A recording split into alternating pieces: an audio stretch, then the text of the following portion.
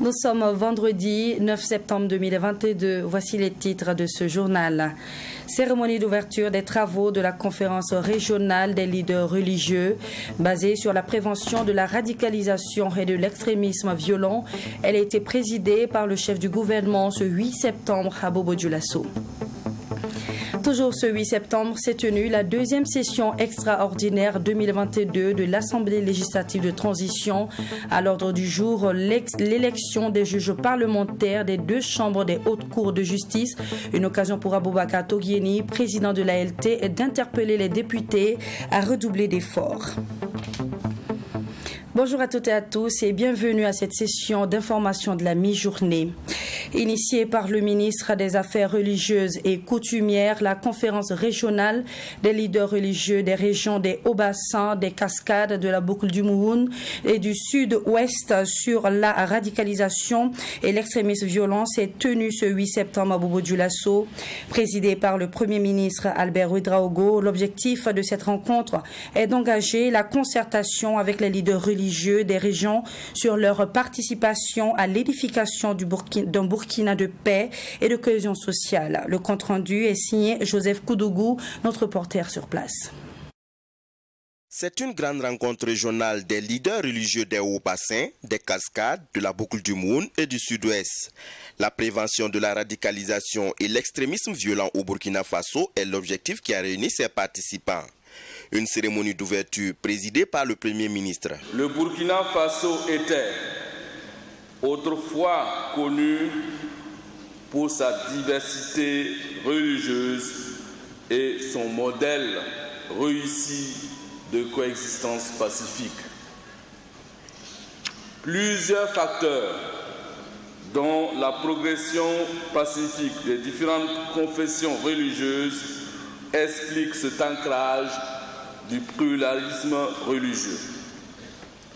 Toutefois, depuis quelques années, le Burkina Faso est confronté à la montée de la radicalisation et des actes d'extrémisme violent qui sont à l'origine de nombreux dommages. Sur instruction de son Excellence le Président du Faso, il a été initié une conférence nationale et des conférences régionales des leaders religieux. Elle donnera l'occasion aux leaders religieux et coutumiers d'échanger sur leur rôle. Et j'espère qu'à l'issue de ces échanges, nous trouverons des voies et moyens pour redonner au Burkina Faso son image de marque en matière de coexistence pacifique, de cohésion sociale et de paix. Les différents échanges ont porté sur le thème consolidation de la paix au Burkina Faso, rôle préventif et bonne pratique des légitimités religieuses. Des communications qui appellent à l'engagement de tous pour trouver des solutions aux maux qui minent le pays. Vous savez que les leaders religieux, quels qu'ils soient, tout le monde leur reconnaît ce statut.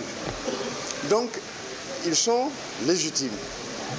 Ensuite, il y a qu'ils sont également légaux, ces leaders religieux, parce que c'est reconnu, les différentes religions sont reconnues par l'État à travers des formes associatives.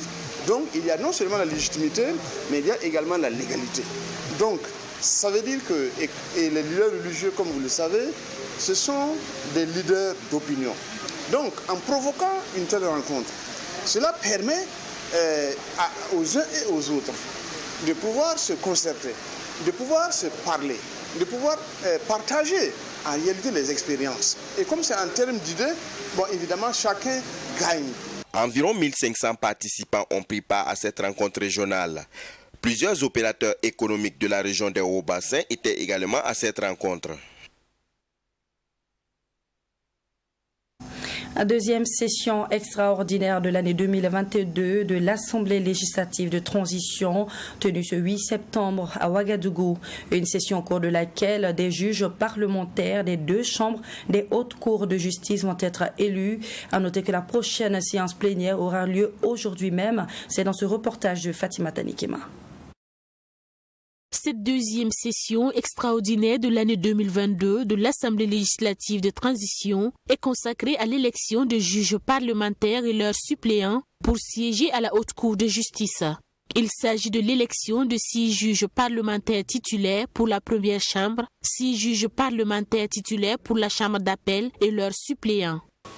Je vous invite à redoubler d'efforts et à donner le meilleur de vous-même pour que nous puissions satisfaire à notre devoir constitutionnel. Je m'en voudrais de ne pas louer vos précieux efforts consentis et je vous en félicite très franchement. L'élection des juges parlementaires est prévue pour ce vendredi 9 septembre 2022. Le gouvernement, ici représenté par son ministre en charge de la justice, entend œuvrer pour la bonne marche de l'institution. Vous sachez que les dispositions sont prises pour le fonctionnement des institutions et si effectivement les questions sont soulevées donc auprès des institutions compétentes, évidemment tout sera mis en œuvre pour que cette institution puisse être dotée des moyens suffisants et nécessaires pour pouvoir effectivement remplir ses obligations et remplir effectivement sa mission. Pour mémoire, la Haute Cour de justice est une juridiction chargée de juger les membres du gouvernement et éventuellement les députés. Cela en cas d'infraction dans l'exercice de leurs fonctions. Elle est constituée de juges parlementaires et de juges professionnels. Hier, 8 septembre, était célébrée en Côte d'Ivoire la journée internationale de l'alphabétisation des pays de l'UNESCO. Et le Burkina Faso, membre de l'Union, célèbre cette journée en différé le 22 septembre prochain. Pour l'occasion, nous avons rencontré le directeur général de l'éducation non formelle au ministère de l'Éducation nationale. Après avoir fait l'état des lieux de l'alphabétisation au Burkina Faso, Kira Sizio met l'accent sur les difficultés que rencontre ce secteur. Les détails dans ce reportage de Mamidriana Kamabou. Le Burkina Faso, depuis son accession à l'indépendance jusqu'à nos jours, s'est engagé dans l'alphabétisation de ses populations afin de bouter l'analphabétisation hors de ses frontières. Bien que les statistiques démontrent que près de 74% de la population ne sait ni lire ni écrire, des avancées sont enregistrées selon Kira Sizio, directeur général de l'éducation non formelle au ministère de l'Éducation nationale. Pour lui, les différentes formules des offres de l'éducation non formelle sont diversifiées au Burkina Faso et 24 langues sont utilisées dans ces différents centres. Il faut dire que la demande est très forte. Chaque année, on a au moins plus de 10 000 centres qui sont demandés. Donc ça veut dire que la population est intéressée. Mais malheureusement, pour des questions de finances, le FONAEF ne peut financer souvent que 2500, tout au plus 2500 à 2600 centres d'alphabétisation. Alors il y en a aussi effectivement qui veulent aller directement au français. Mais comme pour apprendre à lire et à écrire en français, qui est une langue qui n'est pas la langue maternelle de l'apprenant, de l'adulte, il est plus difficile. Donc nous partons de l'alphabétisation de la langue maternelle et en un an, il apprend à lire et à écrire et le transfert en français est fait plus facilement. À en croire le directeur général de l'éducation non formelle, plus de 60 000 apprenants sont inscrits chaque année dans ces centres. Ces derniers apprennent à lire et à écrire afin d'être intégrés dans la société moderne, mais aussi pour recevoir une éducation permettant de travailler, de s'informer et de communiquer avec ses semblables. L'alphabétisation, que ce soit en français ou en langue, nous avons chaque année au minimum 33 000. Par exemple, cette année, nous avons eu dans les centres 200 apprenants qui ont fait le CEP et qui vont aller par exemple en 6e. Alors, au niveau des adultes, il y en a. Mais vous savez que les adultes, souvent, n'apprennent pas pour faire le diplôme. Ils apprennent juste pour arriver à tenir leurs comptes, à améliorer leurs activités quotidiennes. Et donc, souvent, ils ne se présentent pas au CEP, mais beaucoup apprennent effectivement le français. Selon les explications de Kirasi Zio, l'alphabétisation couvre l'ensemble du territoire national. Cependant, les pratiques d'apprentissage diffèrent d'une zone à une autre. Avec la crise sécuritaire que connaît le Burkina Faso, ce secteur fait face à plusieurs difficultés. Une des difficultés, c'est la persistance des centres fictifs. Là. Il y a, comme vous l'avez dit également, la situation sécuritaire, comme je le disais tantôt. Il y a des zones où nous n'arrivons plus à aller poursuivre. Mais il y a un mécanisme qui est développé pour pallier cette insuffisance-là et qui permet justement d'avoir le suivi et d'avoir les statistiques. Alors, un autre gros problème, c'est le manque, ou du moins l'insuffisance de financement. Pour donc y remédier, des actions seront mises en œuvre, d'où le choix du thème national de cette année. Quelle alternative éducative en contexte d'insécurité pour satisfaire les besoins d'éducation et de formation des populations? Il va falloir travailler à assurer la continuité éducative, ça c'est un. Ce qui va amener à numériser les contenus et à voir comment est-ce qu'on peut dispenser ces contenus-là à distance. Ça, c'est un premier élément. L'autre défi, c'est de mobiliser tous les partenaires pour qu'ensemble, main dans la main, on arrive à améliorer l'allocation en faveur de l'alphabétisation.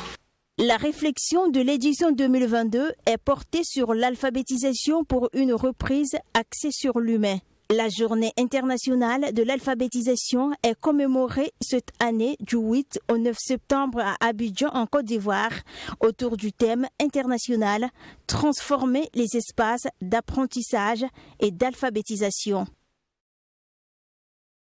Dans le cadre de la lutte contre le Covid-19, l'ambassade du Canada offre au Burkina Faso plus de 600 000 doses du vaccin Johnson & Johnson. La cérémonie de réception de ces vaccins a eu lieu ce 8 septembre au ministère de la Santé et de l'Hygiène publique.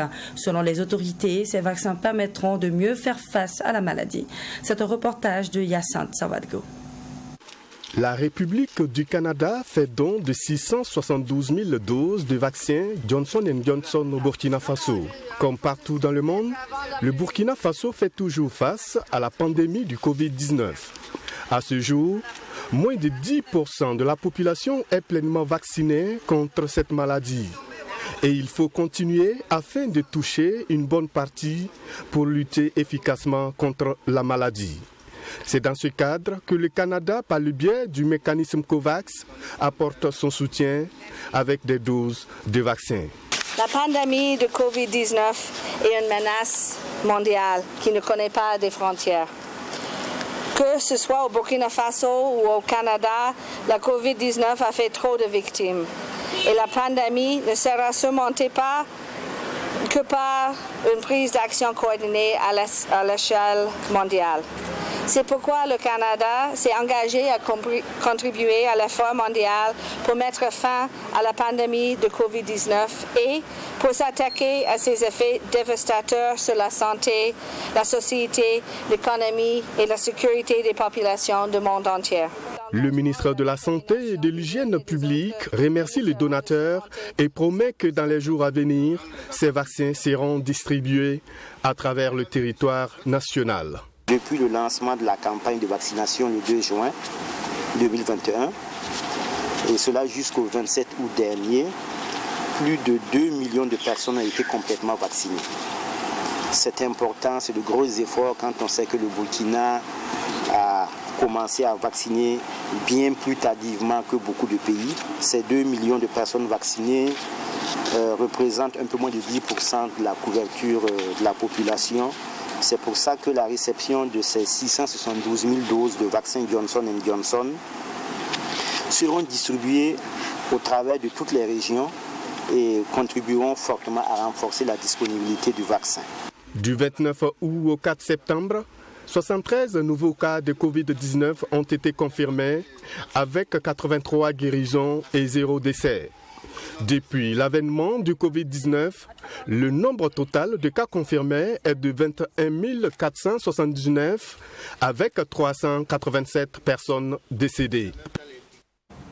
On s'en rappelle, Mathias Olokambou du Balai citoyen a été arrêté suite à une publication jugée injurieuse à l'endroit du président du Faso sur les réseaux sociaux. La question que l'on se pose à présent, que dit la loi burkinabé en cas d'outrage à une autorité? À en croire les explications du juriste Wilfried Zondi, l'outrage à une autorité est en effet passible d'une peine d'emprisonnement assortie d'une amende. Rencontré ce 8 septembre par notre reporter Serge Kabouré, il a clarifié et différents aspects liés à ce délit dans ce reportage. Outrage au président du Faso, voici l'objet de l'interpellation le 5 septembre dernier du militant du Balai citoyen Olo Mathias Kambou. Régi au Burkina Faso par l'article 352-1 du Code pénal, l'outrage est considéré selon le juriste Wilfried Zondi comme une invective à une autorité dépositaire de l'autorité publique. C'est une injure extrêmement grave. À l'endroit d'une autorité publique qui peut être un chef d'État étranger, les membres du gouvernement, les membres de l'autorité judiciaire. Il peut être fait par parole, écrit, geste, qui porte atteinte à un chef d'État conformément au code pénal ou même à un chef d'État d'un pays ami ou d'un pays voisin. Pour quiconque est traduit devant la justice pour outrage à une autorité publique, le code pénal préconise une peine d'emprisonnement ainsi qu'une amende. Il faut dire que l'outrage à un chef de l'État est puni par le code pénal, qui prévoit une peine d'emprisonnement qui va de 3 mois à 1 an et une peine d'amende qui va de 300 000 jusqu'à 2 millions de francs CFA. Mais naturellement, les juges, pour procéder à cette condamnation, tiennent compte également de certaines dispositions du présumé auteur, à savoir s'il est un délinquant primaire, c'est-à-dire une personne qui n'a jamais eu maille à porter à la justice, qui peut bénéficier de circonstances atténuantes, ou lorsque c'est un récidiviste ou multirécidiviste, là en ce moment, il bénéficie de circonstances aggravantes. Le support sur lequel l'outrage a été constaté n'a cependant pas été défini par le code pénal selon le juriste Zondi. Il ne dit seulement pas écrit, donc par support numérique ou support papier, ou sur des placards, ou sur des affiches, ou à travers par exemple des petites brochures, tout écrit qui offense une autorité dépositaire de l'autorité publique peut être poursuivi comme étant un outrage à une personne ou au corps auquel la personne appartient. À l'endroit des autorités et des citoyens, le juriste Wilfried Zondi préconise la sensibilisation et la prudence dans les interventions. À l'endroit des autorités, d'abord, c'est de rendre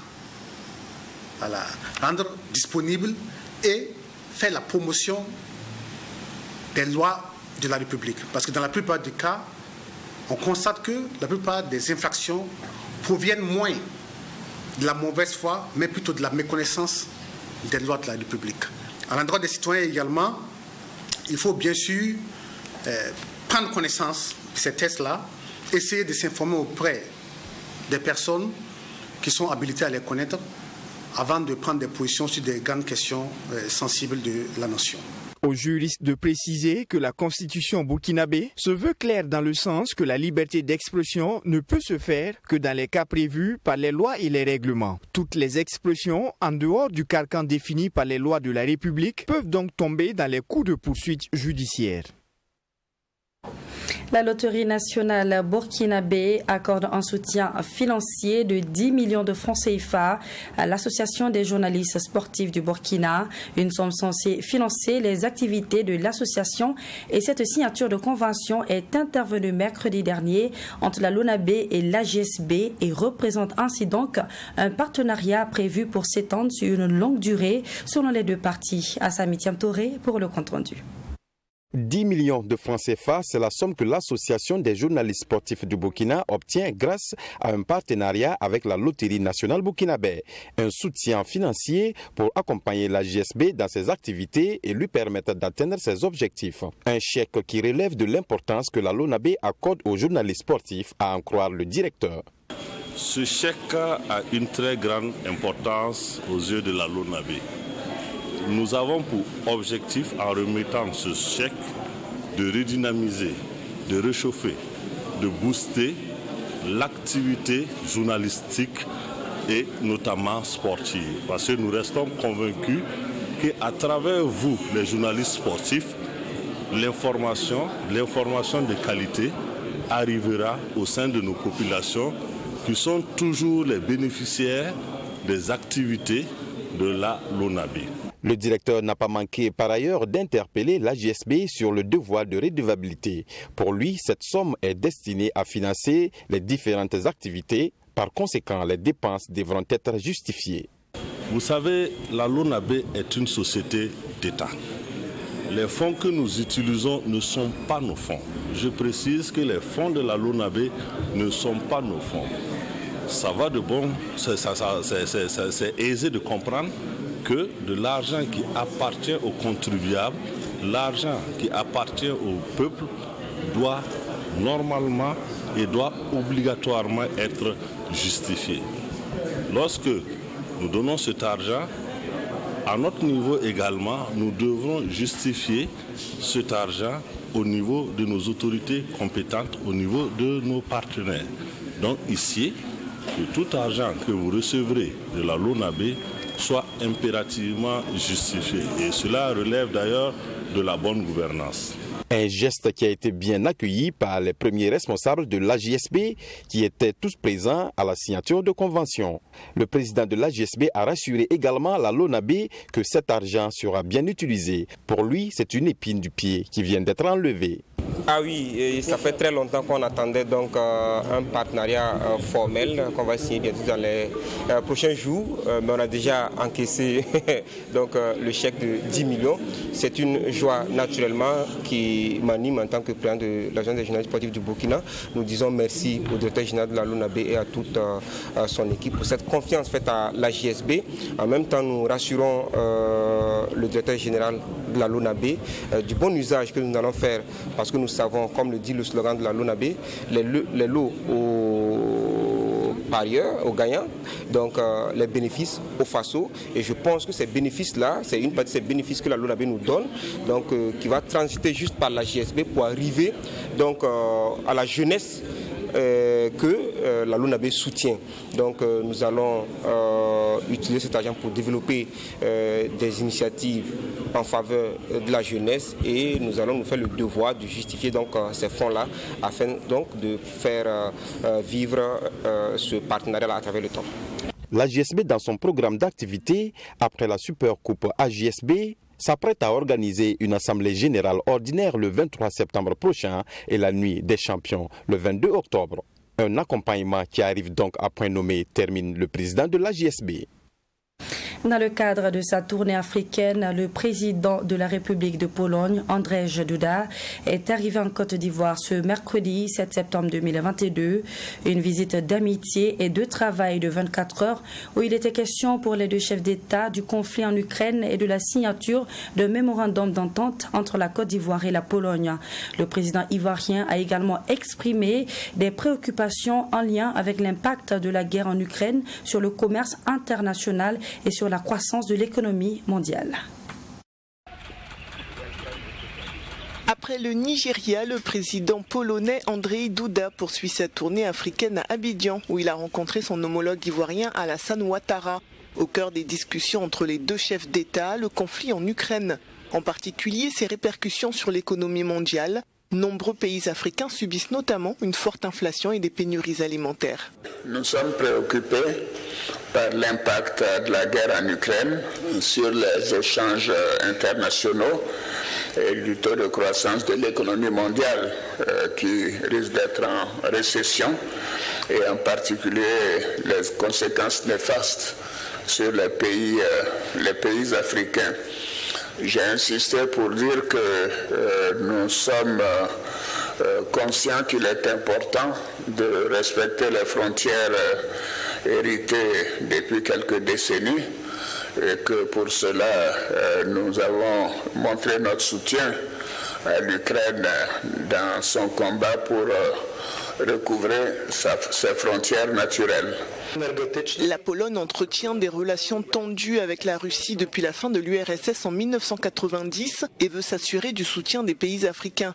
Mais depuis le début du conflit en Ukraine, rares sont les pays du continent qui, comme la Côte d'Ivoire, ont pris ouvertement position contre Moscou. Sachez, messieurs, dames, que la confiance est comme un papier. Une fois froissée, elle ne sera plus parfaite. C'est la chose la plus difficile à obtenir et la plus facile à perdre. Voilà qui met fin à ce journal. Merci de l'avoir suivi et à demain.